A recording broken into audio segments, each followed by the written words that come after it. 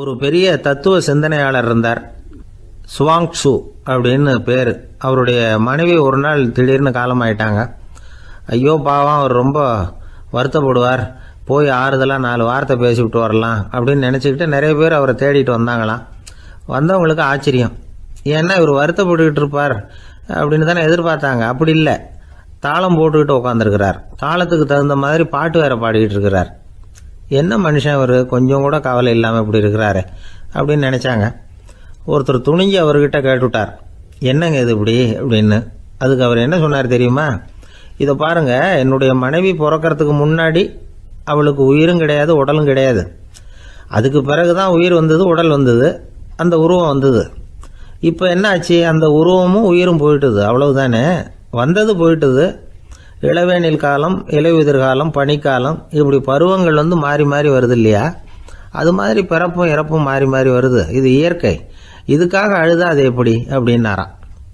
ஞான தெளிவு அடைஞ்சவங்களுக்கு எல்லாமே சுகம்தான். திருவள்ளுவரும் அதை தான் சொல்றார்.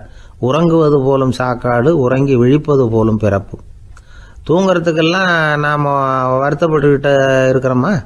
இன்னைக்கு தூங்க வேண்டியிருக்குதே, இன்னும் கொஞ்சம் நேரத்தில் நான் தூங்க வேண்டியிருக்கு அப்படின்னு சொல்லி யாராவது அழுதுகிட்டு இருப்பாங்களா? அதனால் இந்த உலக வாழ்க்கையினுடைய இயல்பை யதார்த்தத்தை நாம் தெளிவாக புரிஞ்சுக்கணும். அப்படி புரிஞ்சுக்கிட்டா நாம் கவலை இல்லாமல் வாழ முடியும். ஒரு வயசான தாத்தா பாட்டி 60 வருஷத்துக்கு முன்னாடி அவங்களுக்கு கல்யாணம் ஆச்சு. ஒன்றாவே வாழ்ந்தாங்க, ஒன்றாவே இறந்து போனாங்க. இப்போ அவங்க 2 பேரும் சொர்க்கத்துக்கு போய் சேர்ந்தாங்க. அங்கே எல்லா வசதியும் இருந்தது. ஒரு பெரிய பங்களாவே இவங்களுக்கு ஒதுக்கி கொடுத்தாங்களாம். இதுக்கு எவ்வளவு வாடகைன்னு கேட்டார் தாத்தா. வாடகையெல்லாம் கிடையாது, இலவசம் அப்படின்னார் அங்கே இருந்தவர். அந்த வீட்டுக்கு பின்னாடி ஒரு பெரிய புல்வெளி இருந்தது. இதில் விளையாட ஏதாவது கட்டணம் உண்டான்னு கேட்டிருக்கார் தாத்தா. அதெல்லாம் ஒன்றும் கிடையாது, பணம்லாம் கட்ட வேண்டியதில்லை அப்படின்னார் அவர். பக்கத்தில் ஹோட்டல் மாதிரி ஒரு பெரிய கட்டடம், உள்ள சாப்பாட்டு மேஜைகள், அது மேலே விதவிதமான பலகாரங்கள். சாப்பாட்டுக்கெல்லாம் எவ்வளவு அப்படின்னு விசாரிச்சாராம் தாத்தா. அதுதான் சொன்னேனே, இங்கே எல்லாமே இலவசம்தான். எது வேணும்னாலும் சாப்பிட்லாம், எவ்வளவு வேணும்னாலும் சாப்பிட்லாம் அப்படின்னாரா. நீங்கள் சொல்கிறீங்க அப்படி, ஆனால் நான் சர்க்கரை சேர்த்துக்கக்கூடாது, உப்பு சேர்த்துக்கக்கூடாது, பாட்டி கையால் எப்பவும் பத்திய சாப்பாடு தான் அப்படின்னாராம் தாத்தா. இதை பாருங்கள், இங்கே உங்களுக்கு அந்த கவலையும் வேண்டியதில்லை. இங்கே நீங்கள் ஸ்வீட்டு சாப்பிட்லாம், காரம் சாப்பிட்லாம், உங்களுக்கு எந்த நோயும் வராது அப்படின்னாராம் அங்கே சொர்க்கத்தில் இருந்தவர். இதை கேட்ட உடனே அந்த தாத்தா பக்கத்தில் நின்ன பாட்டியை பார்த்து கத்தினாராம், அடி பாவி, எல்லாத்தையும் கெடுத்துட்டியே, நீ எனக்கு பத்திய சாப்பாடு போடாமல் கண்டதை திங்க விட்டுருந்தா 10 வருஷத்துக்கு முன்னாடியே நான் இங்கே சேர்ந்துருப்பேனே அப்படின்னாராம். ஒருத்தன் வேகமாக ஓடி வந்தான். ஏப்பா அப்படி தலை தெறிக்க ஓடி வர்றேன்னு கேட்டேன். பின்னாடி துரத்திக்கிட்டு வருது சார் அப்படின்னா. ஏதாவது நாய் துரத்திக்கிட்டு வருது போல இருக்கு அப்படின்னு நினச்சி அவனுக்கு பின்னாடி பார்க்குறேன். கண்ணுக்கு எட்டின தூரம் வரைக்கும் எதுவுமே தெரியல. ஏன்பா எதுவும் ஒன்றை துரத்துறது மாதிரி தெரியலையே என்ன? நல்லா பாருங்கள் சார் அப்படின்னா. பார்த்துட்டு தான் சொல்கிறேன் என்ன. இதோ பாருங்கள் சார், இதுதான் என்னை துரத்துது அப்படின்னு அவன் காட்டுறான். அவன் சுட்டி காட்டின இடத்துல பார்த்தா அங்கே அவனுடைய நிழல் தான் தெரியுது. என்னப்பா சொல்கிற அப்படின்னு சொல்லி அவனை சந்தேகமாக பார்த்தேன். அதுக்கப்புறம் தான் அவன் விவரமாக பேசினான். சார், எனக்கு என் நிழலை கண்டா பிடிக்கிறதில்ல. எப்போ பார்த்தாலும் இது என்னையே பின்தொடர்ந்து வந்துக்கிட்டு இருக்குது. இதை என்னால் சகிக்கவே முடியல. இதை என்கிட்டேருந்து பிரிக்கிறதுக்கு எவ்வளவோ முயற்சிகள்லாம் பண்ணி பார்த்துட்டேன், முடியலன்னா. அப்படி என்னென்ன முயற்சிகள் பண்ணினேன் அப்படின்னு கேட்டேன். அவன் என்னென்ன செஞ்சாங்கிறத விவரமாக சொன்னான். அவன் என்ன பண்ணியிருக்கிறான், ஒரு பெரிய குழியை தோண்டி அதில் தன்னுடைய நிழலை புதைச்சிருவோம் அப்படின்னு முடிவு பண்ணிட்டு மண்வெட்டி எடுத்துக்கிட்டு தோட்டத்து பக்கம் போயிருக்கான். ஆழமாக ஒரு குழியை தோண்டியிருக்கான். குனிஞ்சு பார்க்குறான். அந்த குழிக்குள்ளே தன்னுடைய நிழல் தெரியுது. ஆஹா, இதுதான் சமயம், நிழல் இப்போ குழிக்குள்ளே இருக்கு, மண்ணை போட்டு மூடி விடலாம் அப்படின்னு நினச்சிக்கிட்டு கொஞ்சம் மண்ணை அள்ளி போட்டான். பார்த்தா இப்போ அந்த நிழல் அந்த மண்ணுக்கு மேலே நிற்கிது. இது ஏதுடா வம்பா போச்சு அப்படின்னு அவசரமாக மண்ணை வாரி போட்டு மூடி பார்க்குறான். குழி பூராவும் மூடி விட்டு பார்க்குறான். மறுபடியும் நிழல் மேலே உட்காந்துக்கிட்டு இருக்குது. சரி, இதை குழியில் புதைக்க முடியாது அப்படின்னு முடிவு பண்ணிட்டு இதை இங்கேயே இப்படியே விட்டுட்டு ஒரே ஓட்டமாக ஓடி போடுவோம் அப்படின்னு நினச்சி எடுத்தான் ஓட்டம். அது காலை நேரம். இவன் மேற்க நோக்கி ஓடிக்கிட்டு இருக்கிறான். ஓடி ஓடி பார்க்குறான், நிழல் இவனை விட வேகமாக இவனுக்கு முன்னாடி ஓடிக்கிட்டு இருக்கு. சரி திரும்பி ஓடி பார்ப்போம் அப்படின்னு நினச்சிக்கிட்டு அப்படியே சடார்னு திரும்பி ஓட ஆரம்பித்தான். பார்த்தான், அப்பாடா நிழலை காணலை. கொஞ்சம் தூரம் ஓடி ஒரு இடத்துல நின்று அப்படியே சாவகாசமாக திரும்பி பார்க்குறான். பின்னாடி நின்றுக்கிட்டு இருக்குது நிழல். இப்படி ஓடி வந்து தான் இங்கே நம்ம முன்னாடி நின்று தன்னுடைய அவஸ்தையை சொல்லிகிட்டு இருக்கிறான். இந்த நிழலை துரத்துறது அல்லது வெட்டி விடுறது, இதுக்கு ஏதாவது வழி இருக்கா சொல்லுங்கள் சார் அப்படிங்கிறான். நமக்கு ஒன்றும் புரியல. அந்த நேரம் பார்த்து ஒரு பெரியவர் வந்தார். அவர்கிட்ட யோசனை கேட்டோம், என்ன செய்யலாம்னு. அவர் சொன்னார், இந்த பாருப்பா, நீ அங்கேயும் எங்கேயும் ஓடாத, அப்படியே கீழே படுத்துக்கொண்டார். அது நல்ல உச்சி வேலை. அவன் அப்படியே கீழே படுத்துக்கிட்டான். இப்போ அப்படி இப்படின்னு திரும்பி பார்க்குறான், நிழலை காணலை. அவன் இப்போ தான் நிம்மதியாக இருந்தான். இப்போ அந்த பெரியவர் சொன்னார், எல்லா மனிதர்களுமே இப்படி தான் ஓடிக்கிட்டு இருக்கிறாங்க. நான் எனது அப்படிங்கிற ஆணவம் தான் அவங்கள துரத்திக்கிட்டு இருக்கு. அதை விட்டுட்டு ஓடணும்னு நினச்சாலும் அது முன்னாடி வந்து நிற்கிது. பரம்பொருளை நோக்கி ஓடுறப்போ இந்த ஆணவம் பின்னாடி வந்துவிடுது. பரிபூர்ண சரணாகதிங்கிற நிலையில் அது முழுசுமாக மறைஞ்சுடுது. தன்னை உணர்கிற வேலை அது. அந்த நேரம் மனிதனுக்கு விடுதலை உணர்வு ஏற்படுகிற நேரம் அது. அப்படிப்பட்ட சுதந்திர மனிதர்களாக எல்லாரும் மாறி போயிட்டாங்கன்னா இந்த உலகமே இன்பமயம் அப்படின்னு ஒரு விளக்கம் கொடுத்தார் பெரியவர். நம்மால் ஒருத்தர் வேகமாக ஓடி வந்துக்கிட்டு இருந்தான். ஏன்டா அப்படி ஓடி வர்ற அப்படின்னு கேட்டார் எதிரில் வந்தவர். ஆசை துரத்துது, அதுதான் ஓடி வர்றேன்னா. உனக்கு என்ன ஆசைன்னு கேட்டார். எனக்கு ஒன்றும் ஆசை இல்லைங்க, என்னை எப்படியாவது பிடிச்சுடணும்னு போலீஸ்காரங்களுக்கு ஆசை. அந்த ஆசை இப்போ என்னை துரத்தி பின்னாடி வந்துக்கிட்டு இருக்குது. அதுதான் தப்பிச்சு வந்துக்கிட்டு இருக்கிறேன். குறுக்க நிற்காதீங்க சார், வழியை விடுங்க அப்படின்னு சொல்லிவிட்டு வேகமாக ஓடி மறைஞ்சான். ஒரு மனுஷனுக்கு 3 விதத்தில் கர்வம் உண்டாகிறதுக்கு வாய்ப்பு உண்டு. பணம், பதவி, புகழ். பணம் அதிகமாக வந்தால் கர்வம் வரலாம். பதவி பெருசாக வந்துட்டுதுன்னா கர்வம் வரலாம். புகழ் அதிகமாக போனாலும் கர்வம் வரலாம். இந்த 3 வகையான கர்வத்துக்கும் இடம் கொடுக்காமல் இருக்கிறாங்க பாருங்கள், அவங்க தான் சிறந்த மனிதர்கள். ஒரு பெரிய பொறுப்பில் இருக்கிறவங்களுக்கு கர்வம் வந்துடக்கூடாது. அப்படி வந்துட்டுதுன்னா அது எல்லாருக்கும் இடைஞ்சல். ஒரு ராஜா இருந்தார். அவர் ஒரு நாள் தன்னுடைய தலைநகரத்தை சுற்றி வந்துக்கிட்டு இருந்தார். ஒரு இடத்துல ஒரு அழகான நிலத்தை பார்த்தார். ஆஹா, இந்த இடத்துல நமக்குன்னு ஒரு மாளிகையை கட்டினா எவ்வளோ நல்லா இருக்கும் அப்படின்னு நினச்சார். ராஜா நினச்சா அது முடியாத காரியமா? சரி, இந்த நிலம் யாருக்கு சொந்தம்னு விசாரிங்க அப்படின்னார் பக்கத்தில் இருந்தவங்கக்கிட்ட. அவங்கெல்லாம் ஓடி போய் விசாரித்தாங்க. அந்த இடம் ஒரு வயசான கிழவிக்கு சொந்தம், வயசான அம்மாவுக்கு சொந்தமாக. அந்த அம்மா தான் அதில் ஒரு குடிசையை போட்டு குடியிருந்துகிட்டு இருக்கிறாங்க. சரி, அந்த நிலத்துக்கு ஒரு விலையை நிர்ணயம் பண்ணி அதை அந்த வயசான அம்மாக்கிட்ட கொடுத்துருங்கோ அப்படின்னு உத்தரவு போட்டார் ராஜா. ஆனால் அந்த அம்மா, இது எங்கள் பூர்வீக இடம், இதை விற்க மாட்டேன் அப்படின்னு சொல்லிவிட்டுது. சரி, 2 பங்கு விலை கொடுக்குறோம்னு சொல்லி பாருங்க அப்படின்னாங்க. அப்படியே சொன்னாங்க அரண்மனை ஆட்கள். அதுக்கும் சம்மதிக்கலை அந்த அம்மா. இதை கேள்விப்பட்டதும் ராஜாவுக்கு கோபம் வந்துட்டுது. தன்னுடைய ஆளுங்களை கூப்பிட்டார். போய் அந்த குடிசையை பிரித்து எறிங்க, காசெல்லாம் ஒன்றும் கொடுக்காதீங்க அப்படின்னு கத்தினார். அவ்வளோதான். அடுத்த நிமிஷம் அரண்மனை ஆசாமிகள் போனாங்க, குடிசையை பிரித்து எரிஞ்சாங்க. அந்த வயசான அம்மா இருக்குது, அதுவும் அந்த இடத்த விட்டு துரத்தி விட்டாங்க. அந்த இடத்துல ஒரு அரச மாளிகையை கட்டி முடிச்சிட்டாங்க. அந்த வயசான அம்மா பாவம், ராஜாவே இப்படி பண்ணால் யார்கிட்ட போய் முறையிட முடியும்? ஒரு ஞானி இருந்தார், அவர்கிட்ட போய் சொன்னாங்க. அவர் இவங்க சொன்னதை கேட்டு மனசில் வச்சுக்கிட்டார். ஒரு நாள் அந்த ராஜாவே இந்த ஞானியை கூப்பிட்டார். புதுசாக ஒரு மாளிகை கட்டியிருக்கிறேன், வந்து பாருங்கன்னு. சரின்னு சொல்லி இந்த பெரியவர் ஒரு நாள் அந்த மாளிகைக்கு போனார். சும்மா போகல, ஒரு கழுதையையும் ஓட்டிகிட்டு போனார். கொஞ்சம் சாக்குகள், வெத்து சாக்கு, அதையும் எடுத்து கழுதை முதுகில் போட்டு கழுதையை ஓட்டிகிட்டு போகிறார். ராஜா பார்த்தார். அவருக்கு இது ஆச்சரியமாக இருந்தது. என்ன இது, மாளிகைக்கு வந்துட்டு போங்கன்னு கூப்பிட்டா கழுதை, சாக்கு இதெல்லாம் கொண்டு வராரு, ஒன்றும் புரியலையேன்னு நினச்சார். எதுக்காக இதெல்லாம்னு கேட்டார். அரசருடைய தோட்டத்திலேருந்து கொஞ்சம் மண் எடுத்துகிட்டு போகிறதுக்கு ஆசைப்பட்றேன், அதுக்கு நீங்கள் அனுமதி கொடுக்கணும் அப்படின்னாரு இவர். இது என்ன வேடிக்கையான கோரிக்கையாக இருக்குது அப்படின்னு நினச்சார் ராஜா. இருந்தாலும் மண் தானே கேட்குறாரு, எடுத்துகிட்டு போகட்டுமே அப்படின்னு நினச்சார். சரின்னு அனுமதி கொடுத்தார். அந்த பெரியவர் தோட்டத்துக்கு போனார், மண்ணை வெட்டினார், சாக்கில் போட்டு நிரப்புனார். ராஜாவை கொஞ்சம் கிட்ட வாங்கன்னு கூப்பிட்டார். இந்த மண் மூட்டையை தூக்கி கழுதையோட முதுகில் வைக்கணும், கொஞ்சம் உதவி பண்ணுங்கன்னார். ஓ, பண்ணுறேனே அப்படின்னு சொல்லி ராஜா கிட்ட போனார். மூட்டையை தூக்கி பார்க்குறாரு, முடியல, திணறி போயிட்டார். இப்போ அந்த ஞானி பேசினாராம். அரசே, இந்த ஒரு சாக்கு மண்ணையே உங்களால் தூக்க முடியல. அந்த கிழவிகிட்ட இருந்து அந்த அக்கிரமமாக அபகரித்த இந்த தோட்டம் பூராவையும் சுமக்கணும்னு ஆசைப்படுறீங்களே, அது உங்களால் முடியுமா அப்படின்னு கேட்டாராம். ராஜா யோசனை பண்ண ஆரம்பித்தார். தன்னுடைய செயலுக்காக வருத்தப்பட்டாராம். அந்த வயசான அம்மாவை உடனடியாக வரவழைச்சார். தாயே, தப்பு பண்ணிட்டேன், என்னை மன்னிச்சுக்குங்க. இன்னையிலேருந்து இந்த மாளிகையும் தோட்டமும் உங்களுக்கு தான் சொந்தம் அப்படின்னு சொல்லிவிட்டாராம். போகிறப்ப இந்த உலகத்திலேருந்து எண்ணத்தை எடுத்துகிட்டு போக போகிறோம், அதனால் ரொம்பவும் அலட்டிக்க வேண்டியதில்லை, கர்வப்பட வேண்டியதில்லை அப்படிங்கிறது ஒரு பெரிய உபதேசம். ஒரு பெரிய மனுஷன் சாக கிடந்தார். ரொம்பவும் அழுதார். ஏன் அழறீங்க அப்படின்னு கேட்டாங்க சுற்றி இருந்தவங்க. நான் சாகிறதுக்காக கவலைப்படலை, நான் நம்ம ஜனங்களுக்காக எவ்வளவோ காரியம்லாம் செஞ்சுக்கிட்டு வந்தேன். நான் செஞ்சுக்கிட்டு வந்த சேவையை இனிமேல் யார் செய்ய போகிறாங்க, அது யாரால முடியும், அதை நினச்சி தான் அழறேன் அப்படின்னாராம். ஒருத்தர் முன்னாடி வந்தார். அதுக்காக நீங்கள் கவலைப்படாதீங்க, உங்கள் சேவையை தொடர்ந்து செய்கிறதுக்கு என்ன மாதிரி இளைஞர் பட்டாலும் தயாராக இருக்குது.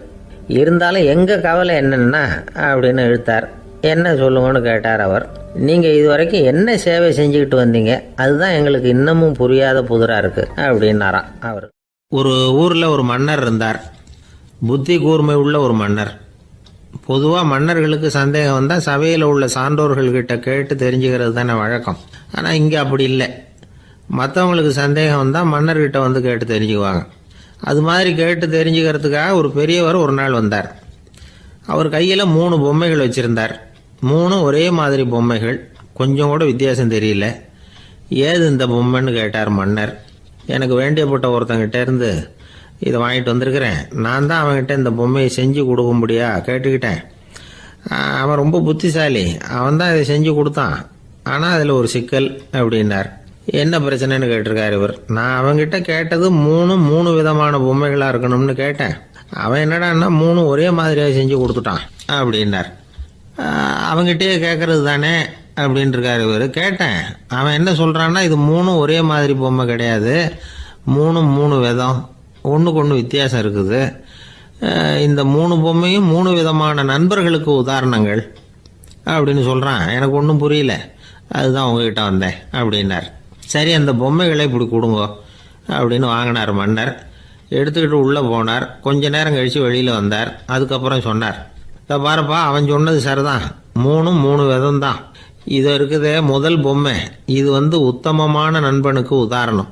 இந்த 2வது பொம்மை இது மத்தியமமான நண்பனுக்கு உதாரணம். அந்த 3வது பொம்மை இருக்குதே அது மோசமான நண்பனுக்கு உதாரணம். இதை செஞ்சவன் உண்மையிலேயே பெரிய அறிவாளி தான் அப்படின்னாராம். வந்தவருக்கு ஒன்றும் புரியல. பார்த்தா ஒன்றும் வித்தியாசம் தெரியலையே அப்படின்னு அவன் குழம்பி போய் நிற்கிறான்.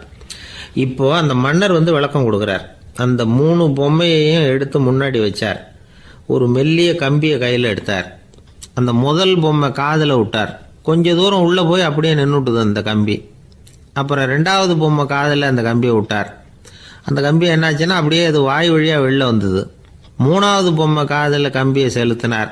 அது நேராக இன்னொரு காது வழியாக வெளியில் வந்தது. இப்போ இந்த முதல் வகை இருக்குதே, அது மாதிரியான நண்பர்கள் எப்படி தெரியுமா? நம்ம கஷ்டத்தை அவங்கக்கிட்ட சொன்னால் பேசாமல் கேட்டுக்குவாங்க. வெளியில் அதை யாருக்கிட்டையும் சொல்லிகிட்டு இருக்க மாட்டாங்க. வெளியில் தெரியாமல் நமக்கு உதவி பண்ணுவாங்க. செஞ்சுட்டு அதை நான் தான் செஞ்சேன்னு சொல்லிகிட்டு இருக்க மாட்டாங்க. அதுதான் கம்பி ஒரு காது வழியாக போய் உள்ளே நின்றுட்டுது. 2வது பொம்மையில் கம்பி என்னாச்சு, ஒரு காது வழியாக போய் வாய் வழியாக வெளியில் வருது. இது மாதிரியான நண்பர்கள்கிட்ட நாம் கஷ்டத்தை சொன்னால் அதை அவங்க 4 பேர்கிட்ட போய் சொல்லி நமக்காக உதவி கேட்பாங்க. நமக்குன்னு கேட்டு வாங்கி அதை நம்மகிட்ட கொண்டுகிட்டு வந்து கொடுப்பாங்க. இவங்க மத்தியமமான நண்பர்கள். 3வது பொம்மையில் ஒரு காது வழியாக செலுத்துகிற கம்பி இன்னொரு காது வழியாக வெளியில் வந்துடுது. இது மாதிரியான நண்பர்கள்கிட்ட நம்ம கஷ்டத்தை சொன்னால் அவங்க காது கொடுத்து கேட்கறது மாதிரி நடிப்பாங்க. அப்படியே இன்னொரு காது வழியாக அதை வெளில விட்டுருவாங்க. அதை பற்றி கவலைப்பட மாட்டாங்க. இதுதான் இந்த பொம்மைகளுக்குள்ளே இருக்கிற வித்தியாசம் அப்படின்னு விளக்கம் கொடுத்தாராம் மன்னர். படிக்கிற பிள்ளைங்கள்லேயும் இது மாதிரி 3 வகை உண்டு. சில பேர் காதால் வாங்கி மனசில் வச்சுக்குவான். சில பேர் காதால் வாங்கி பேனாவால் எழுதி விடுவான். சில பேர் ஒரு காதால் வாங்கி இன்னொரு காதால் வெளியில் விட்டுருவான். ஒரு பையன் வகுப்பில் ஆசிரியர் பாடம் நடத்தும் பொழுது தலையை வேகமாக ஆட்டி ஆட்டி கேட்பானான். ஏன்டா இப்படி தலையை இப்படி ஆட்டுற அப்படின்னு கேட்டிருக்கான் பக்கத்தில் இருந்தவன். தலையை ஆட்டினா தாண்டா ஒரு காது வழியாக உள்ளே போகிறது இன்னொரு காது வழியாக வெளியில் வேகமாக வெளில போகும் அப்படின்னானா அந்த பையன். ஒரு தடவை நாரதர் ஒரு தெரு வழியாக போய்கிட்டு இருந்தார். வழியில் ஒருத்தர் வேத சாஸ்திரம்லாம் படிச்சுக்கிட்டு உட்காந்துருந்தார். அவர் நாரதரை பார்த்து எங்கே போயிட்டு இருக்கிறீங்கன்னு கேட்டார். கடவுளை பார்த்துட்டு வரலாம்னு போயிட்டு இருக்கிறேன் அப்படின்னார் நாரதர்.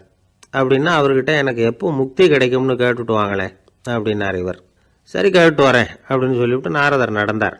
கொஞ்சம் தூரத்தில் ஒரு மரத்தடியில் ஒரு தொழிலாளி செருப்பு தைச்சிக்கிட்டு உட்காந்துருந்தார். அந்த ஆளும் அதே மாதிரி கேட்டுக்கிட்டார். எனக்கு எப்போ முக்தி கிடைக்கும்னு கடவுள்கிட்ட கேட்டுக்கிட்டு வாங்களேன்னார். அவர்கிட்டையும் சரின்னு சொல்லிவிட்டு நாரதர் நேராக வைகுண்டத்துக்கு வந்து சேர்ந்தார். கடவுளை பார்த்தார். இவங்க 2 பேரும் சொல்லி அனுப்பின விஷயத்தை பற்றி கேட்டார். அதுக்கு கடவுள் சொன்னார், அந்த செருப்பு தைக்கிற தொழிலாளி உடல் நீத்ததும் உடனே என்னை வந்து அடைவான். ஆனால் அந்த சாஸ்திரம் படித்த ஆள் இப்போதைக்கு என்கிட்ட வந்து சேர மாட்டான். அவன் இன்னமும் பல பிறவிகள் எடுத்து அங்கேயே இருக்க வேண்டியிருக்குது. எப்போ இங்கே வந்து சேருவான்னு எனக்கே தெரியாது அப்படின்னார். நாரதருக்கு இதோட ரகசியம் என்னங்கிறது புரியல. எனக்கு ஒன்றும் புரியலையேன்னாரான் கடவுள்கிட்ட.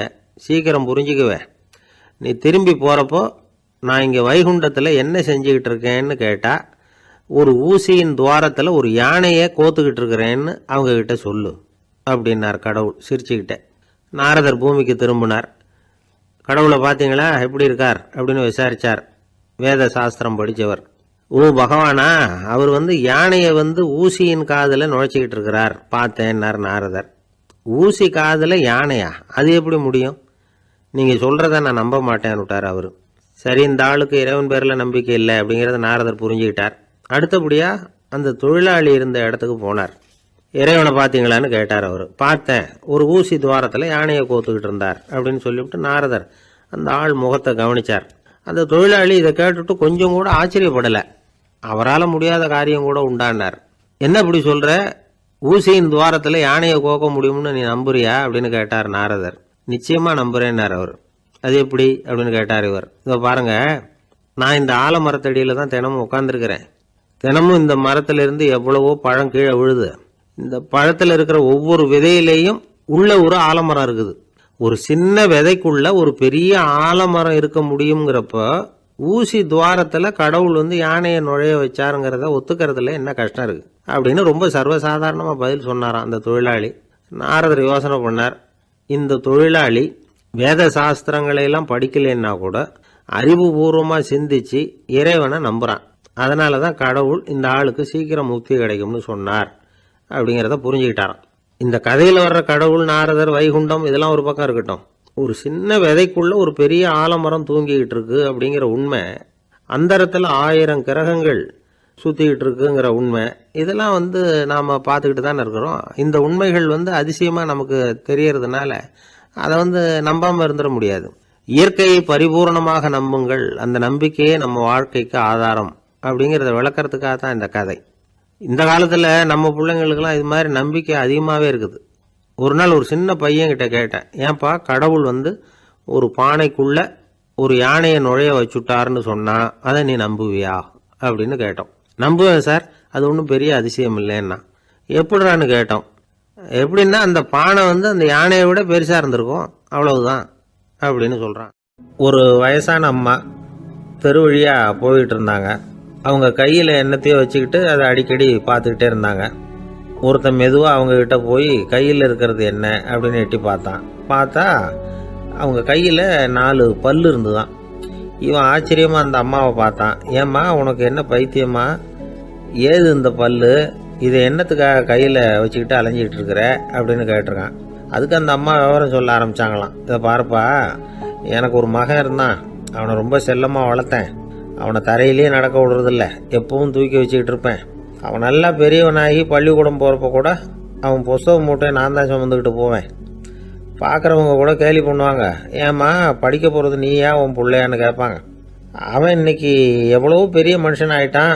வெளிநாட்டில் பெரிய உத்தியோகத்தில் இருக்கான். சமீபத்தில் இங்கே வந்துட்டு போனான். ஒரு நாள் ஏதோ கோபத்தில் என்ன அரைஞ்சுட்டான். அப்போ இந்த 4 பல்லும் கீழே விழுந்துட்டுது. இன்னமும் கூட விழுந்திருக்கும், ஆனால் பல்லு தான் இல்லை. என் புள்ள அரைஞ்சதுனால விழுந்த பல்லு இல்லையா அது? அதனால் இதை எப்பவும் என் கையிலேயே வச்சுக்கிட்டு ஆசையோடு பார்த்துக்கிட்டு இருக்கிறேன். அவன் தான் வெளிநாட்டுக்கு போட்டான். அவனை பார்க்க முடியாத ஏக்கத்தை நான் இந்த பல்லை பார்த்து போக்கிக்கிறேன் அப்படின்னு நாங்களாம் அந்த அம்மா. இந்த கதை எதுக்காகன்னா தாய் அன்பு அப்படிங்கிறது எப்படிப்பட்டதுங்கிறத புரிஞ்சுக்கிறதுக்காக. கல்யாணம் ஆனதுக்கு அப்புறம் தாயை மறந்து விடுறவங்க எத்தனை பேர் இந்த உலகத்தில்? அவங்க காதில் வேணுங்கிறதுக்காக தான் இந்த தகவல். ஆனால் ஒரு விஷயம் மட்டும் நல்லா புரிஞ்சுக்கணும், தாயை மதிக்க தெரிஞ்சவங்க தான் இன்றைக்கி வாழ்க்கையில் எல்லா விதத்துலேயும் முன்னுக்கு வந்திருக்கிறாங்க. வேணும்னா விசாரித்து பார்த்துக்குங்க. இன்னொரு அம்மா இருந்தாங்க. அவங்க தினமும் ஒரு கோயிலுக்கு வருவாங்க. சாமியை பார்த்து, கடவுளே நான் இறந்து போனால் நரகத்துக்கு போகணும் அப்படின்னு வேண்டிக்குவாங்களாம். எல்லாரும் சொர்க்கத்துக்கு போகணும்னு தானே கடவுள்கிட்ட வேண்டிக்குவாங்க. இந்த அம்மா தினம் நான் நரகத்துக்கு போகணும் அப்படின்னு வேண்டிக்கிறாங்க. அங்கேருந்து அர்ச்சகருக்கு இது சந்தேகம். ஒரு நாள் அதை நேரடியாகவே அவங்கக்கிட்ட கேட்டுவிட்டார். அதுக்கு அந்த அம்மா பதில் சொன்னாங்களாம், ஐயா, எனக்கு கல்யாணம் ஆகி ரொம்ப நாள் வரைக்கும் குழந்தை பாக்கியம் இல்லாமல் இருந்தது. கோயில் குளம் எல்லாம் சுற்றி வந்தேன். ரொம்ப நாள் கழித்து ஒரு குழந்தை பிறந்தது, ஆண் குழந்தை. அவனை நான் ரொம்ப செல்லம் கொடுத்து வளர்த்தேன். அதோட விளைவு என்ன ஆச்சுன்னா, அவன் ரொம்ப மோசமாக ஆயிட்டான். கெட்ட பழக்க வழக்கம்லாம் கற்றுக்கிட்டான். அவன் இறந்து போனால் நிச்சயம் அவனுக்கு நரகம்தான் கிடைக்கும். அந்த அளவுக்கு கெட்டவன் அவன். அப்படிப்பட்ட காரியங்கள்லாம் பண்ணிகிட்ருக்கான், எனக்கு தெரியும். இவனுக்காக நரகத்தில் கூட யாரும் தயவு காட்ட மாட்டாங்க, தாட்சண்யம் காட்ட மாட்டாங்க. அதனால் இவனுக்கு முந்தி நான் இறந்து நரகத்துக்கு போயிட்டா அங்கே இவனை கவனிச்சிக்கலாமே, இவனுக்கு பணிவிடை செய்யலாமேன்னு பார்க்குறேன் அப்படின்னு நாங்களாம். அதனால தான் நான் நரகத்துக்கு போகணும்னு தினம் ஆண்டவனை வேண்டிகிட்டு இருக்கிறேன் அப்படின்னு கண்கலங்கி அந்த அம்மா சொன்னாங்களாம். அதுதான் தாய் உள்ளம்ங்கிறது. தாயின் பெருமையை சரியாக உணர்ந்துட்டா அவங்களுக்கு எப்பவும் எந்த கஷ்டமும் வராது. இது ஏதோ உபதேசத்துக்காக சொல்கிற வார்த்தை இல்லை, உண்மையான வார்த்தை. இந்த விவரத்தையெல்லாம் நண்பர் ஒருத்தர்கிட்ட சொல்லிக்கிட்டு இருந்தேன். அவர் கொஞ்ச நாள் கழித்து என்னை தேடி வந்தார். அவர் கையிலேயே 4 பல்லு வச்சுருந்தார். என்னங்க ஆச்சு, ஏதுங்க இந்த பல்லு அப்படின்னு விசாரித்தோம். உங்கள் உபதேசத்தை கேட்டுவிட்டு இந்த உலகத்தில் எல்லாரையும் தாயாக நினைக்க ஆரம்பிச்சிட்டேன். ஒரு அம்மாவை கடத்தரில் பார்த்து தாயேன்னு கூப்பிட்டேன். அவங்க உடனே பலார்னு என்னை அரைஞ்சிட்டாங்க. பல்லு விழுந்துட்டுது. அதை தான் பொறுக்கி எடுத்துக்கிட்டு நேராக உங்களை தேடி வந்துக்கிட்டு இருக்கிறேன்னார். தாயேன்னு தானே கூப்பிட்டீங்க, அதுக்கு ஏன் அரைஞ்சாங்க அப்படின்னு கேட்டோம். நான் தாயேன்னு கூப்பிட்டது அவங்க காதில் நாயேன்னு விழுந்துட்டு தான், அதுதான் இப்படி ஆயிட்டுது அப்படின்னார். இந்த உலகத்தில் 7 வகையான மனிதர்கள் இருக்கிறாங்களாம். டாக்டர் எட்வர்டு பாஷ் அப்படிங்கிறவர் சொல்றார். மனிதர்களோட மனோநிலை அடிப்படையில் அவங்கள 7 வகையா பிரிக்கலாம்ங்கிறார் அவர். அது எப்படி தெரியுமா? முதல் வகை பயந்த குணம் உள்ளவர்கள். சார் ரொம்ப பயந்த சுபாவம், வீட்டில் கூட வாயை திறக்க மாட்டார், சாப்பிட போறப்ப மட்டும்தான் கொஞ்சம் வாயை திறப்பார் அப்படிங்கிறோம்ல, அவங்கெல்லாம் இந்த ரகம். 2வது வகை எப்படின்னா சஞ்சலப்படுகிறவர்கள். எதுக்கு எடுத்தாலும் கலக்கம், குழப்பம், இப்படியே காலம் தள்ளுறவங்க பல பேர் பார்த்துருப்பீங்க, அவங்கெல்லாம் இந்த ரகம். 3வது வகை எப்படின்னா யதார்த்த உலகை மறந்து கற்பனை உலகத்திலேயே மிதக்கிறவங்க. இளைஞர்கள், கவிஞர்கள், இப்படி பல பேர் இருக்கிறாங்க. எப்ப பார்த்தாலும் கற்பனை உலகத்திலேயே மிதந்துகிட்டு இருப்பாங்க. கிட்டத்துல போய் என்னங்க ஒரு மாதிரியா இருக்கிறீங்களே அப்படின்னு கேட்டு பாருங்க, ஒரு அற்ப புழுவை பார்க்கறது மாதிரி உங்களை பார்ப்பாங்க. அதுவும் இந்த வானத்து நிலா என்னை வாவென்று அழைக்கிறது, எனக்கு விரைவில் ஒரு நாள் சிறகுகள் முளைக்கும், சிறகடித்து பறந்து செல்லுவேன், என் செல்ல நிலாவை கொஞ்சி விட்டு திரும்பி வருவேன், அப்படி இப்படின்னு பேச ஆரம்பிச்சிருவாங்க. கொஞ்சம் அப்புறம் இருக்கட்டும்ப்பா, இப்ப கஞ்சிக்கு வழிய பாருடா அப்படின்னா அதை காதல வாங்க மாட்டான். 4வது வகை மனிதர்கள் எப்படின்னா தனிமை உணர்வு மிக்கவர்கள். இவங்கெல்லாம் மற்றவங்களோட சகஜமா நெருங்கி பழகிறது இல்லை, தான் உண்டு தன்னுடைய வேலை உண்டுன்னு போறவங்க. அடுத்த வீட்டுல இருக்கிறது யாருன்னு கேட்டா கூட அடுத்த வீடுன்னு ஒண்ணு இருக்கா அப்படின்னு கேட்பாங்க. அவங்க கிட்ட மேற்கொண்டு என்னத்தை பேசுறது. 5வது வகை மனிதர்கள் எப்படின்னா மற்றவர்கள் செல்வாக்குக்கு உட்பட மறுப்பவர்கள். அடுத்தவங்க செல்வாக்குக்கு இவங்க ஆட்படுறது இல்லை. நான் யார் தெரியுமா அப்படின்னு கேட்டா அதை தெரிஞ்சுக்கிட்டு எனக்கு என்ன ஆக போகுது அப்படிம்பாங்க. 6வது வகை எப்படின்னா எப்பவும் எதுலயும் பற்று இல்லாம இருக்கிறவங்க. இது ஒரு துறவு மனப்பான்மை. இயல்பாவே சில பேர் இப்படி இருக்கிறது உண்டு, அவங்களுக்கு எதுலயுமே ஒரு ஈடுபாடு இருக்காது. 7வது வகை மனிதர்கள் மற்றவங்க கவலையை தன்னுடையதான் ஆக்கிக்கிட்டு கவலைப்படுறவங்க. இவங்க மகாத்மாக்கள். தான் வேற அடுத்தவங்க வேறன்னு நினைக்கிறது இல்லை. இவங்க அப்படிப்பட்ட எண்ணம் இவங்களுக்கு வர்றதில்லை. அதனால அடுத்தவங்களுக்கு ஒரு கஷ்டம் வந்தா அதை தன்னுடைய கஷ்டமாக எடுத்துக்கிட்டு கவலைப்படுறவங்க இவங்க. ஆக கூடி இப்படி 7 வகையான மனிதர்களை அடையாளம் காட்டுறார் அந்த நிபுணர். நாம இதுல எந்த அகத்துல வர்றோங்கிறத நாம தான் அடையாளம் கண்டுபிடிச்சுக்கணும். எனக்கு தெரிஞ்ச ஒரு மனிதர் உண்டு. அவர் ஒரு வித்தியாசமான டைப்பு. எதையும் பிராக்டிக்கலா யோசிக்கிறவர். எப்பவும் அடுத்தவங்களுக்கு ஒன்றும் பண்ண மாட்டாரு. ஆனா நினைக்கிறது என்னன்னா அடுத்தவங்களும் நல்லா இருக்கணும், நாமளும் சந்தோஷமா இருக்கணும் அப்படின்னு ஆசைப்படுறவர்.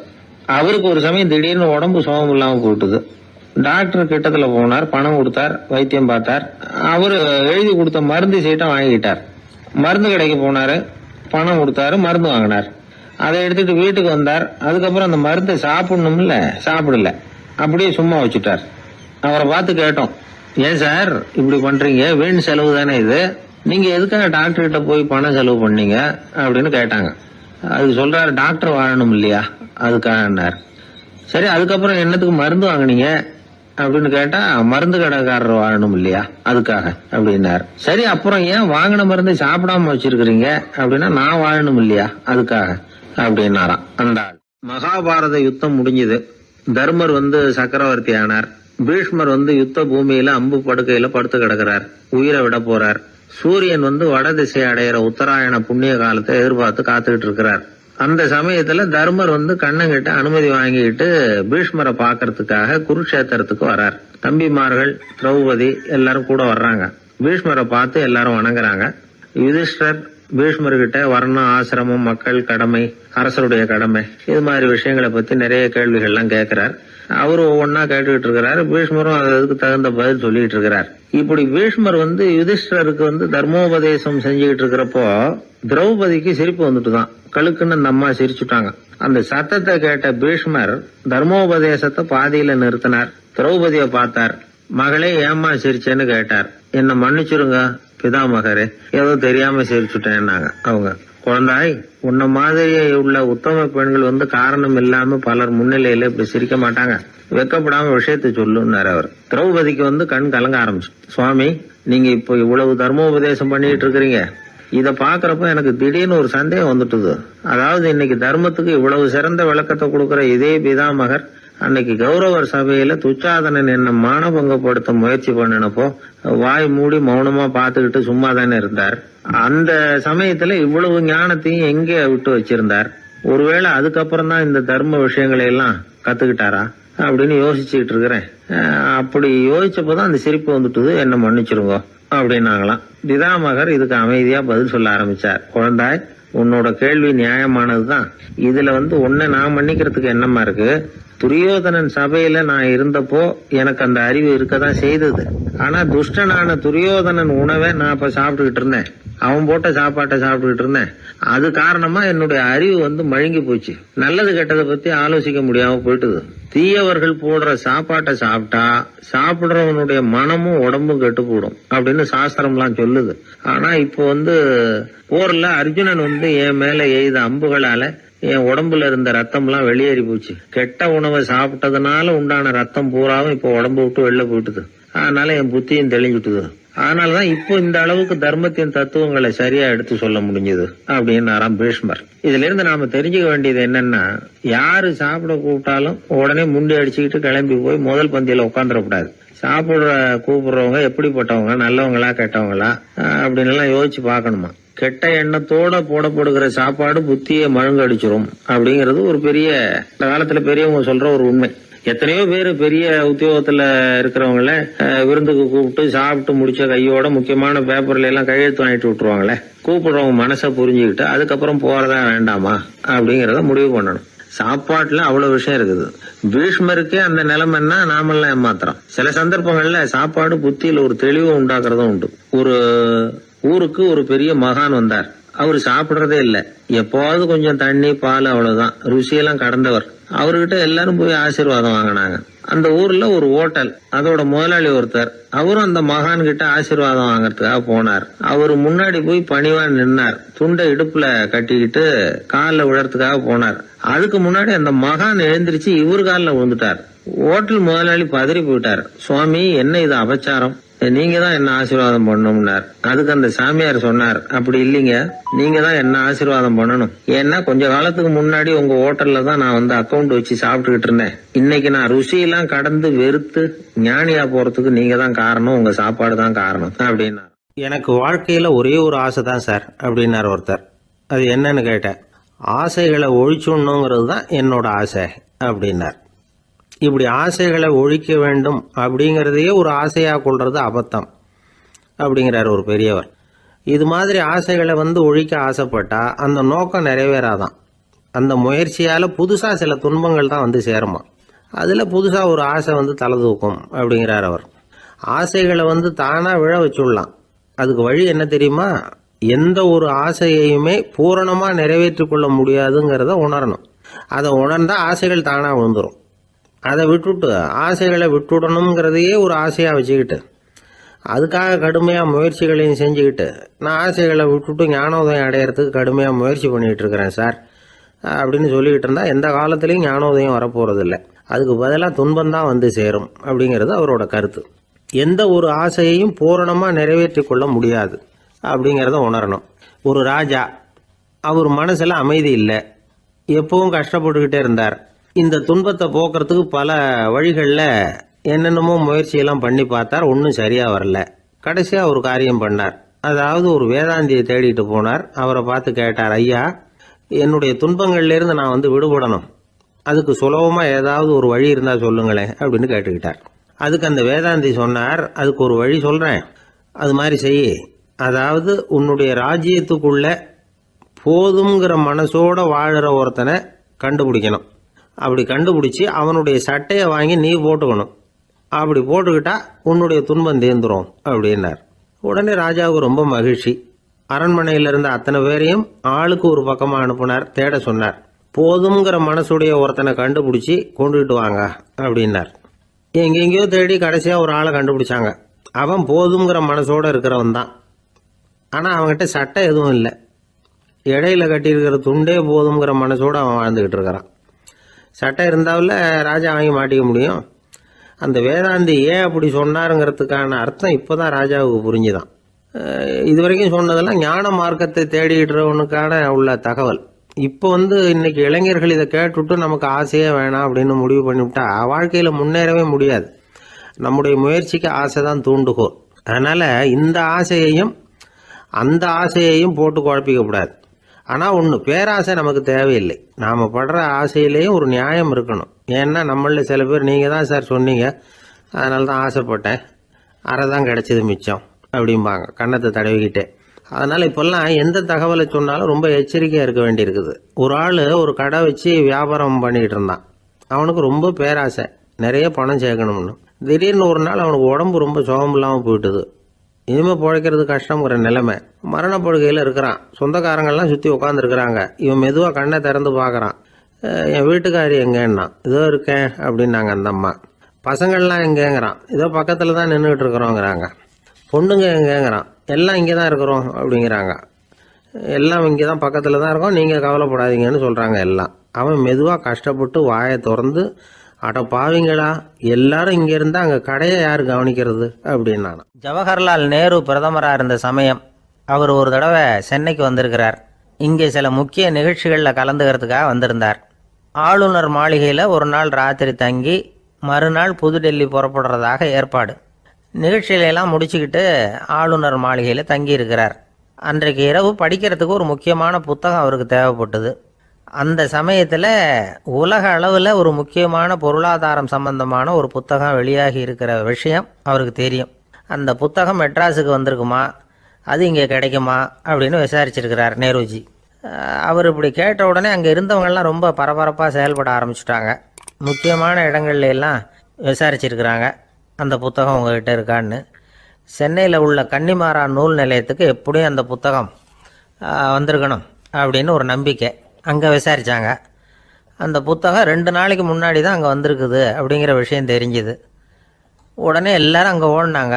அவங்களுக்கு இன்னொரு சந்தேகம், புத்தகம் வந்திருக்கு சரி, அது இந்த சமயத்தில் வேறு யாரும் படிக்கிறதுக்கு எடுத்துகிட்டு போயிருக்கக்கூடாதே அப்படிங்கிற சந்தேகம் இருந்தாலும் மனசுக்குள்ளே ஒரு தைரியம். இப்படி ஒரு புத்தகம் வெளிவந்திருக்கிற விஷயமே நேருஜி சொல்லி தான் நமக்கே தெரியும். அதுவும் இல்லாமல் உலக பொருளாதாரம் சம்பந்தமான ஏதோ ஒரு புத்தகம் அது. அதை போய் இந்த நேரத்தில் அவ்வளவு ஆர்வமாக யார் எடுத்துகிட்டு போயிட போகிறாங்க அப்படிங்கிற தைரியம். இந்த தைரியத்தோடு அந்த நூல் நிலையத்துக்கு ஓடினாங்க. புத்தகத்தை தேடினா அது கிடைக்கல, யாரோ எடுத்துகிட்டு போயிருக்கிறாங்க. நேருவுக்கு மட்டுமே தெரிஞ்சிருந்த அந்த புத்தகம் பற்றின விஷயம் சென்னையில் வேற ஒருத்தருக்கும் தெரிஞ்சிருக்குது. உடனே எல்லாரும் பரபரப்பாக அதுக்குன்னு இருக்கிற ரிஜிஸ்டர் இருக்குல்ல, பதிவேடு, அதை புரட்டி பார்க்குறாங்க யார் எடுத்துகிட்டு போகிறாங்கன்னு தெரிஞ்சுக்கிறதுக்காக. எடுத்துகிட்டு போனவங்க அதில் கையெழுத்து போட்டிருப்பாங்கல்ல, அதை பார்த்து யாருன்னு தெரிஞ்சுக்கலாம் அப்படிங்கிறதுக்காக தான் அதை புரட்டுறாங்க. அதோ அந்த புத்தகத்தோட பேர் பக்கத்தில் அதை எடுத்துக்கிட்டு போனவங்க கையெழுத்து. உத்து பார்க்குறாங்க எல்லாரும். அதில் போட்டிருக்குது பேர் CN அண்ணாதுரை அப்படின்னு எழுதியிருந்தது. அவர் தான் பேரறிஞர் அண்ணா. நேரு படிக்க விரும்பின ஒரு புத்தகத்தை அதே நேரம் படிக்க விரும்பின இன்னொரு தலைவர் இவர். படிக்கிறதுல அவருக்கு இருந்த ஆர்வத்தை நாம் தெரிஞ்சுக்கணும்னா அதுக்கு எவ்வளவோ சம்பவங்கள் இருக்குது. கடைசி காலத்தில் அவர் அடையாறு மருத்துவமனையில் படுத்திருக்கிறார். அவருக்கு ஒரு முக்கியமான அறுவை சிகிச்சை செய்ய வேண்டியிருக்குது அவசரமாக. அமெரிக்காவிலேருந்து டாக்டர் மில்லர் வந்திருக்கிறார். அவர்கிட்ட கேட்குறார், டாக்டர் நாளைக்கே அறுவை சிகிச்சை செய்ய போகிறீங்களா அப்படின்னு. ஆமாங்கிறார் டாக்டர் மில்லர். நாளைக்கு மறுநாள் செஞ்சுக்கிறேனே அப்படின்னாரான் அண்ணா. ஏன் ஏதாவது நாள் பார்க்குறீங்களான்னு கேட்டிருக்கார். இல்லை, ஒரு புத்தகத்தை படிச்சுக்கிட்டு இருக்கிறேன், அதை நாளைக்குள்ளே முடிச்சிருவேன், அதுக்கப்புறம் நான் இறந்தாலும் கவலை இல்லை அப்படின்னாரான் இவர். அவர் தான் அறிஞர் அண்ணா. சங்ககால நூல்கள்லேருந்து சமீபத்தில் வந்த நூல்கள் வரைக்கும் எல்லாம் அவர் படிச்சிருக்கிறார். ஒரு திருமண விழாவில் அவர் பேசும்பொழுது சொன்ன விஷயம் இது. சங்க காலத்தில் காதலியை மணக்க விரும்புகிறவனுக்கு அவனுடைய தந்தை வீர சோதனைகள்லாம் வைப்பார். போய் புலிப்பல் கொண்டுக்கிட்டு வா, அப்போ தான் என் பொண்ணை கொடுப்பேன் அப்படின்னு சொல்லுவார். காதலன் உடனே காட்டுக்கு போவான், ஒரு புலியை கொன்று அதனுடைய பல்லை கொண்டுக்கிட்டு வருவான். அதை வீர பதக்கத்தில் பதிச்சு அவனுக்கு மாமனார் சூட்டுவார் கல்யாண சமயத்தில். இப்போலாம் காதலன் கிட்ட அப்படி சொல்ல முடியாது. இப்போலாம் காதலன் கிட்ட காட்டுக்கு போய் புலிப்பல் கொண்டுக்கிட்டு வான்னு யாராவது சொன்னால் புலி தான் மாப்பிள்ளையாக வந்து சேரும் அப்படின்னார். ஆஃபீஸில் வேலை பார்க்குற ஒருத்தர் வந்தார். பேசாமல் ஒரு 10 நாள் லீவு போட்டுடலாமா பார்க்குறேன் அப்படின்னார். ஏன்னு கேட்டோம். என்னுடைய மேலதிகாரி ஒரு முசுடு சார், அவர்கிட்ட வேலை பார்க்குறது ரொம்ப கஷ்டமாக இருக்குது அப்படின்னார். ஆஃபீஸில் வேலை பார்க்குறவங்கெல்லாம் ஒரு விஷயத்தை நல்லா ஞாபகத்தில் வச்சுக்கணும். மேலதிகாரிங்கிறவர் ஒரு பெரிய மகான் இல்லை, அவரும் ஒரு மானிட பிறவி தான்.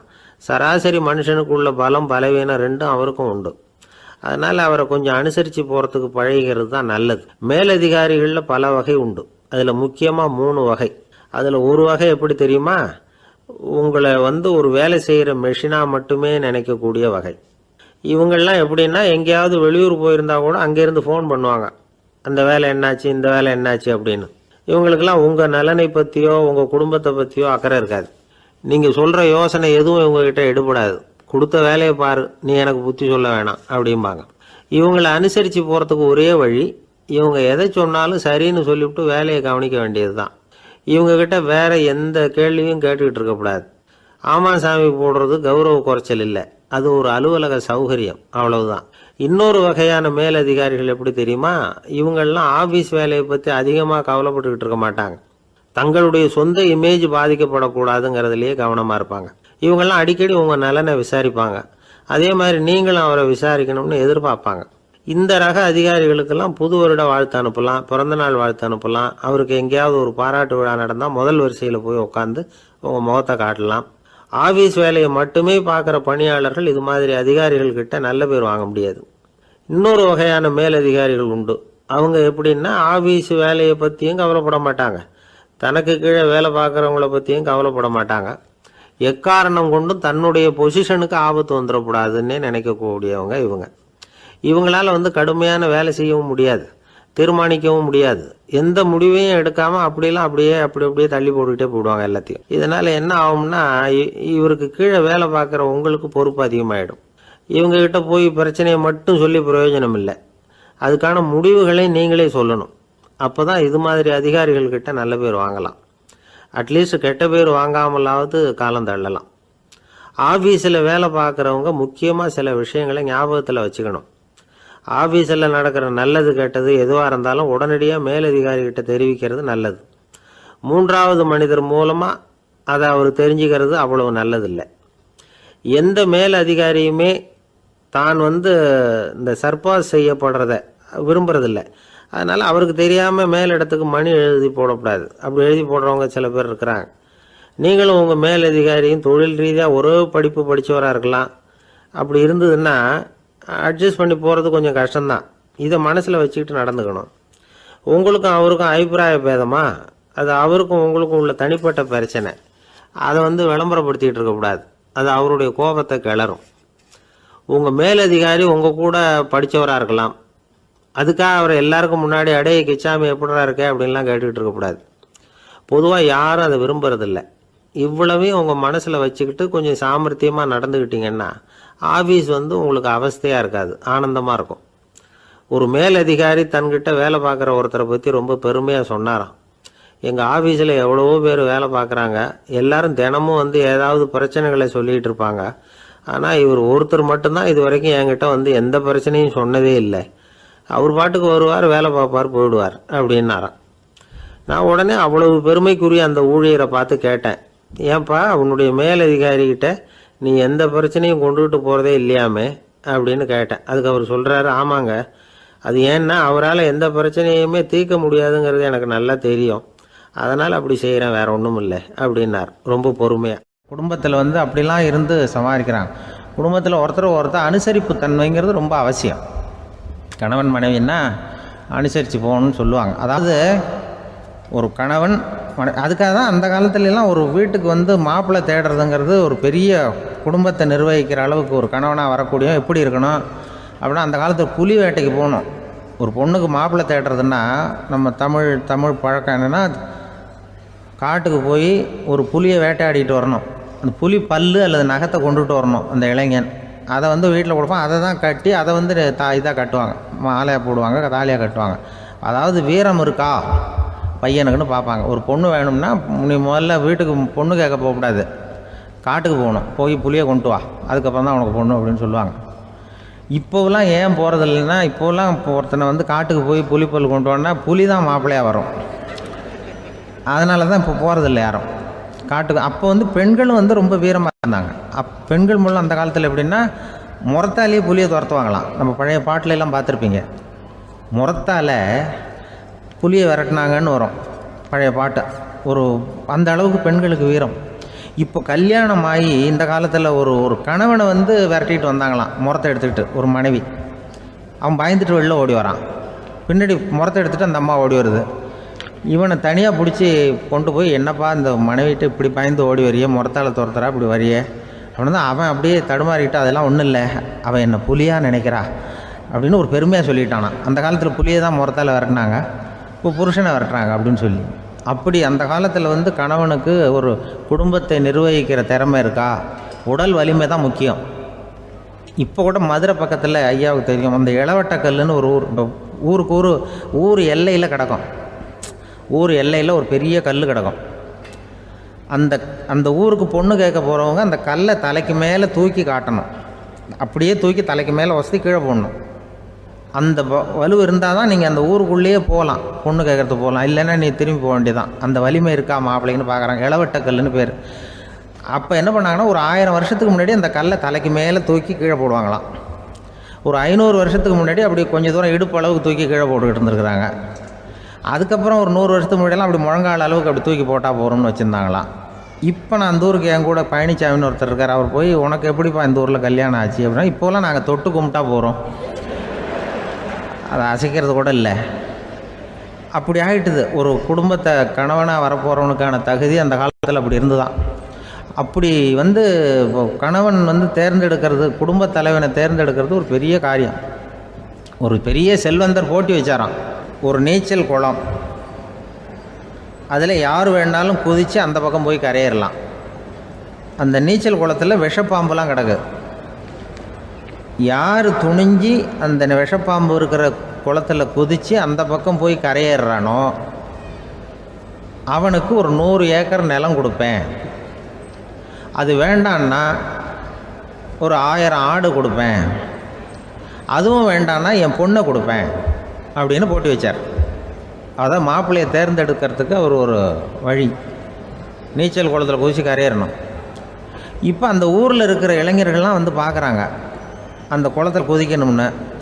ஆனால் குளத்தில் வெறும் விஷப்பாம்புலாம் கிடக்கு. இது என்ன பண்ணுறதுன்னு பார்த்தா யாருமே குதிக்கிறதுக்கு தைரியம் வரல. திடீர்னு ஒருத்தன் துணிஞ்சு குதித்தான், படபடன்னு அடிச்சுட்டு போய் அந்த பக்கம் கரையேறிட்டான். கரையேறின உடனே பரவாயில்லையே ஒரு ஆள் வந்துட்டான்னு சொல்லி அவனை அந்த இளைஞனை போய் பிடிச்சிட்டு வந்தாங்க. அந்த பெரியவர் கேட்டார், ஏப்பா இவ்வளவு பெரிய விஷப்பாம்பெல்லாம் கிடக்கிற நீச்சல் குளத்தில் நீ துணிஞ்சு குதித்து கரையேறி இருக்கிற, உனக்கு என்ன 1000 ஏக்கர் நிலம் கொடுத்துறவா, 100 ஏக்கர் நிலம் கொடுக்கவா சொல்கிறப்படி அப்படின்னா, வேண்டாம் சார்ன்றான். ஓஹோ அப்படின்னா ஒரு 1000 ஆடு வேணுமா உனக்கு அப்படின்னா, அதுவும் வேண்டாம் சார். ஓ அப்படின்னா என் பொண்ணு வேணுமா அப்படின்னா, அதுவும் வேண்டாம் சாருங்கிறான். அப்புறம் எதுக்குடா குதிச்சுன்ட்டு என்ன உனக்கு என்ன தான் வேணும் அப்படின்னு கேட்டிருக்காரு. என்னை எவன் பிடிச்சி தள்ளி விட்டவன்னு தெரியணும் அப்படின்றான். அதுக்காக அவன் பார்த்துருக்கான். அப்படி இருந்தால் தான் துணிச்சல் வரும் இந்த காலத்தில். எதுக்கு இவ்வளவு சங்கடம்லாம் வச்சாங்கன்னா, ஒரு குடும்பத்துக்கு தலைவராக வர வேண்டிய ஒரு ஆள், கணவனாக இருக்க வேண்டியவனுக்கு துணிச்சல் இருக்கா, தைரியம் இருக்கா அப்படிங்கிறது பார்க்குறதுக்காக இப்படிப்பட்ட தேர்வு முறைகள்லாம் வச்சுருந்தாங்க அந்த காலத்துலலாம். இப்போலாம் கல்யாணம் பண்ணுறது ஆளுக்கு நேரில் பார்க்காமலே கூட கல்யாணம் நடக்குது இன்டர்நெட்டில்.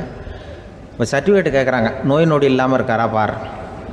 காட்டுக்கெலாம் போக வேண்டாம், நேராக ஆஸ்பத்திரிக்கு போய் ஒரு சர்டிஃபிகேட் வாங்கிட்டு வா, உனக்கு ஒன்றும் வியாதி இல்லைன்னு ப்ரூவ் பண்ணு, அதுக்கப்புறம் பார்த்துக்கலாம், மற்றதை பேசுவோம் அப்படின்னு சொல்லி அப்படி இருக்குது நிலைமை. அதனால் குடும்பத்தில் அந்த கணவனாக இருக்கிற வேண்டியவனுக்கு பொறுப்பு அதிகம். ஏன்னா எல்லாத்தையும் அனுசரித்து போக வேண்டியதாக வந்தான். ஒரு பெரிய சிந்தனையாளர் இருந்தார். அவர் ரஷ்யாவில் இருந்தார். நிறைய புத்தகங்கள் எழுதியிருக்கிறார். அவர் பேரு ஓஸ்பென்ஸ்கி. உலகின் மிகச்சிறந்த 3 புத்தகங்கள்ல ஒண்ணு இவர் எழுதியிருக்கிறார் அப்படின்னு கூட சொல்றது உண்டு. அப்பேற்பட்ட எழுத்தாளர். அந்த காலத்துல குருஜீஃப் அப்படின்னு சொல்லி ஒரு பெரியவர் இருந்தார். ரொம்ப எளிமையான வாழ்க்கை வாழ்ந்துகிட்டு இருந்தவர். இவரை தேடி அந்த எழுத்தாளர் வந்தார். ஐயா, உங்ககிட்ட சில கேள்விகள் கேட்டு விளக்கம் பெறலாம்னு வந்திருக்கிறேன்னார். உடனே அந்த பெரியவர் என்ன செஞ்சார் தெரியுமா? ஒரு வெற்று காகிதத்தை எடுத்தார், அவர்கிட்ட கொடுத்தார். இந்தாங்க, இதை வச்சுக்கங்க, நாம 2 பேரும் பேசுறதுக்கு முந்தி நீங்க ஒரு காரியம் பண்ணணும்னார். என்ன செய்யணும்னு சொல்லுங்கன்னார் அவரு. இந்த காகிதத்துல உங்களுக்கு தெரிஞ்சதெல்லாம் என்ன, தெரியாததெல்லாம் என்ன அப்படிங்கிற பட்டியலை எழுதிட்டு வாங்க. அதுக்கு பிறகு உங்களுக்கு தெரியாத விஷயங்களை பத்தி நாம 2 பேரும் உரையாடலாம். ஏன்னா உங்களுக்கு தெரிஞ்சதை பத்தி நாம பேசி பிரயோஜனம் இல்லை, தெரியாததை பத்தி பேசினாதான் உங்களுக்கு அது உபயோகமா இருக்கும் அப்படின்னார். இவர் இப்படி சொன்னது அந்த எழுத்தாளருக்கு கொஞ்சம் தர்ம சங்கடமா இருந்தது.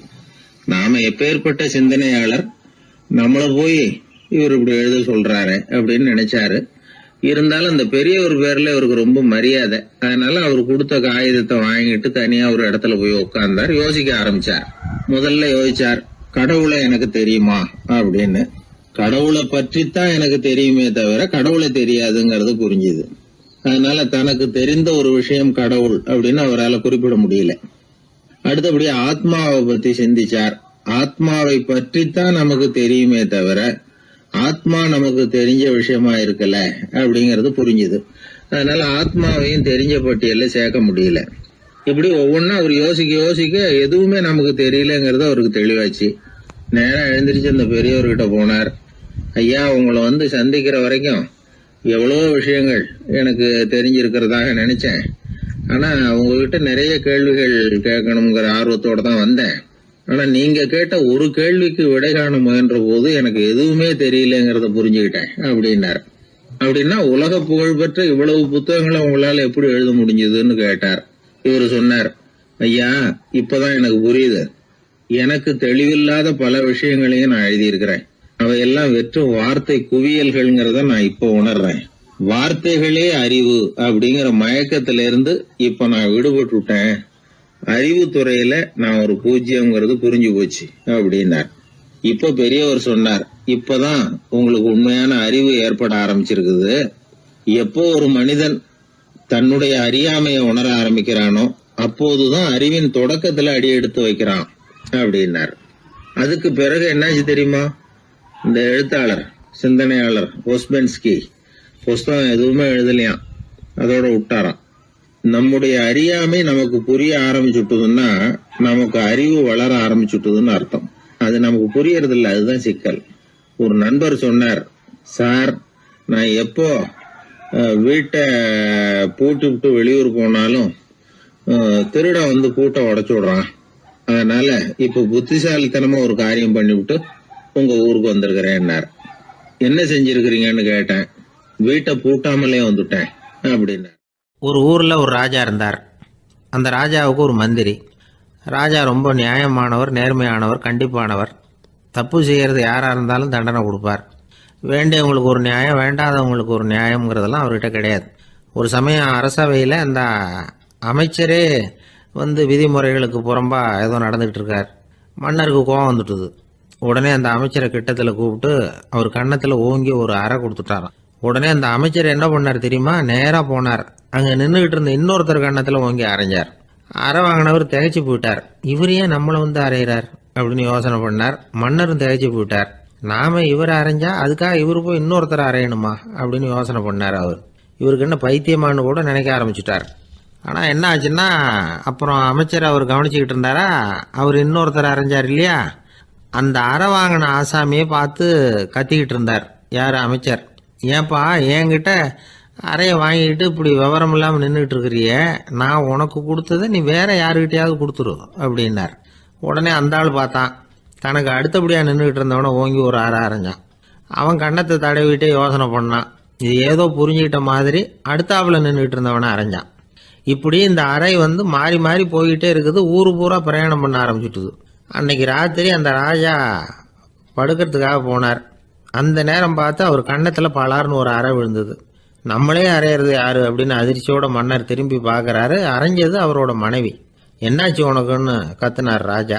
உங்களுக்கு தெரியாதா, ஊர் பூரா ஒருத்தர் மாற்றி ஒருத்தர் மூலமாக இந்த அறை பிரயாணம் பண்ணிட்டு வருது அப்படின்னாங்க அந்த அம்மா.